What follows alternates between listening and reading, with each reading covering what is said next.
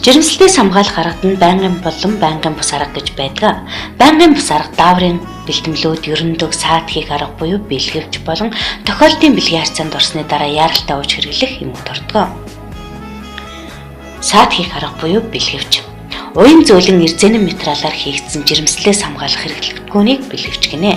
Бэлгэвчийг бэлгийн хавталд орж байгаа үедээ эрэгтэй болон эмэгтэй аль аль нь хэрэглэж жирэмслэлээс хамгааж болдог. Бэлгэвчийг зөв хэрэглэсэн тохиолдолд бэлгийн замын халдвар төвчнөөс 98% хамгаалах боломжтой байдаг. Бэлгэвч нь олдос сайдтай авч явхад амар хэрэглэхэд хялбар бүтээгдэхүүн юм. Эрэгтэй болон эмэгтэй бэлгэвч гэж байдаг. Эрэгтэй бэлгэвч олдос сайдтай хэрэглэхэд хялбар байдаг бол эмэгтэй бэлгэвч өртөг өндөртэй хэрэглэхэд хэцүү байдаг байна. Бэлгэвчийг сонгохдоо уутав баглаа болтын бүрэн байдсан байдал болон он сар өдрийг сайтар хянаж авах шаардлагатай. Өвөр хангай эрүүл мэндийн газар.